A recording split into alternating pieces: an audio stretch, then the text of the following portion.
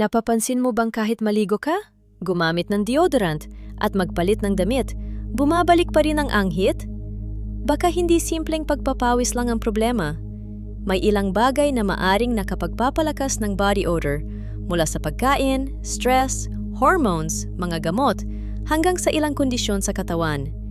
Pero kailan normal ang amoy ng pawis at kailan kailangan ng magpatingin sa doktor?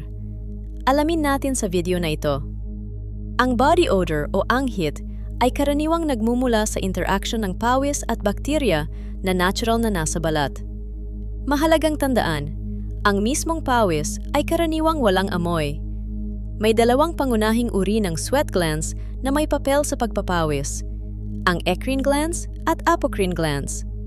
Ang eccrine glands ay matatagpuan sa halos buong katawan at pangunahing tumutulong sa pagkontrol ng temperatura sa pamamagitan ng pagpapawis. Samantala, ang apocrine glands ay mas aktibo sa mga bahagi tulad ng kilikili at singit. Ang kanilang secretion ay maaring maproseso ng bakterya sa balat at maging sanhi ng mas kapansin-pansing amoy. Kaya, ano-ano nga ba ang mga posibleng dahilan kung bakit hindi nawawala ang anghit? Isa, pagkain at inumin. Ang ilang pagkain at inumin ay maaring makaapekto sa body odor o sa dami ng pagpapawis ng isang tao. Halimbawa nito ang bawang, sibuyas, maaanghang na pagkain, at ilang pagkain na may matapang na amoy. Sa ilang tao, maaari ring magkaroon ng pagbabago sa amoy ng katawan pagkatapos kumain ng ilang gulay at iba pang pagkain. Ngunit tandaan, hindi ibig sabihin na kapag kumain ka ng bawang o sibuyas, ay siguradong magkakaanghit ka. Magkakaiba ang reaksyon ng bawat katawan. Kung napapansin mong may particular na pagkain na tila nagpapalala ng iyong body odor, maaring makatulong ang pagtatala ng iyong kinakain at pagmamasid sa pattern. 2. Basang damit at hindi madalas magpalit ng damit. Isa rin itong karaniwang dahilan. Kapag matagal na nakadikit sa katawan ang pawis na damit, nagkakaroon ng mas magandang environment para dumami ang microorganisms na maaring mag-ambag sa amoy.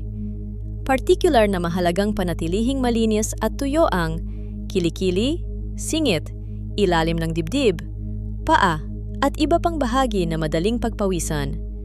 Kaya pagkatapos ng matinding pagpapawis, magpalit ng malinis at tuyong damit kung kinakailangan. At huwag kalimutang labhan ng maayos ang damit bago muling gamitin. 3. Stress at anxiety. Napansin mo bang mas pinagpapawisan ka kapag kinakabahan? May dahilan ito. Ang stress ay maaring mag-activate ng apocrine glands, particular sa kilikili at iba pang bahagi ng katawan. Kapag mas maraming secretion ang napupunta sa balat, mas maraming pagkakataon para magkaroon ng interaction sa bakterya. Kaya minsan, kahit hindi mainit ang panahon, maaari kang magkaroon ng mas kapansin-pansing amoy kapag ikaw ay stressed, kinakabahan, o under pressure. 4. Matinding ehersisyo at pisikal na aktibidad. Ang pag-ehersisyo ay mabuti para sa katawan. Pero syempre, kapag mas aktibo ka, mas maraming pawis ang maaring lumabas. Hindi ibig sabihin nito na masama ang pagpapawis. Sa katunayan, normal ito. Ang problema ay kapag ang pawis ay nananatili ng matagal sa balat at damit. Kaya pagkatapos mag-exercise, makatutulong ang maligo, magpalit ng damit, at panatilihing malinis at tuyo ang mga bahagi ng katawan na madaling pagpawisan. 5. Ilang gamot. Alam mo ba na may ilang gamot na maaring magdulot ng excessive sweating bilang side effect? Kabilang sa maaring magdulot nito ang ilang uri ng antidepressants at iba pang gamot. Kapag mas madalas o mas marami ang pagpapawis, maaring mas mapansin din ang body odor.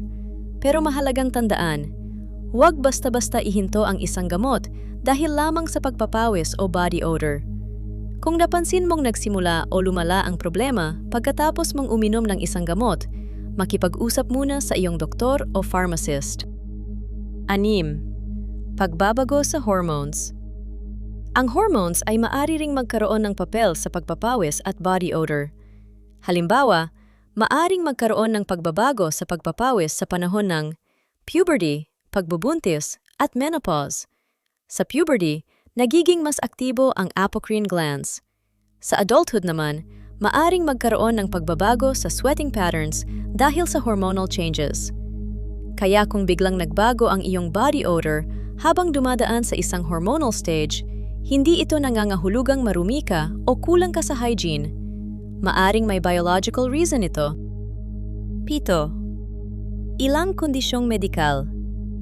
At ito ang bahagi na hindi dapat baliwalain. Kung ang body odor ay biglang nagbago, kakaiba, sobrang lakas, o hindi nawawala kahit maayos ang hygiene, maaring kailangan itong ma-assess ng healthcare professional. May ilang medical conditions na maaring makaapekto sa sweating o sa amoy ng katawan. Halimbawa, maaring magkaroon ng pagbabago sa body odor sa ilang metabolic conditions at iba pang karamdaman. Mayroon ding mga bihirang kondisyon kung saan nagkakaroon ng kakaibang amoy ng katawan dahil sa problema sa metabolism. Pero mahalagang linawin, hindi ibig sabihin na ang pagkakaroon ng anghit ay otomatikong senyales ng diabetes, sakit sa atay, sakit sa bato, gout o iba pang malubhang sakit. Maraming mas simpleng dahilan ang body odor, kaya hindi dapat mag-self-diagnose. Kailan dapat magpatingin? Kung ang body odor ay biglang nagbago, hindi nawawala kahit regular kang naliligo, sinasabayan ng sobrang pagpapawis, may kasamang pangangate, pantal, sugat o impeksyon, o may iba ka pang hindi pangkaraniwang sintomas, mas mabuting kumonsulta sa doktor o healthcare professional. Mas mabuti ang malaman ang tunay na dahilan kaysa paulit-ulit lamang natakpan ng amoy gamit ang deodorant o pabango. MGA Simple at Ligtas na hakbang para makatulong na mabawasan ang body odor. Una, panatilihing malinis ang katawan at hugasan ng maayos ang mga bahagi na madaling pagpawisan.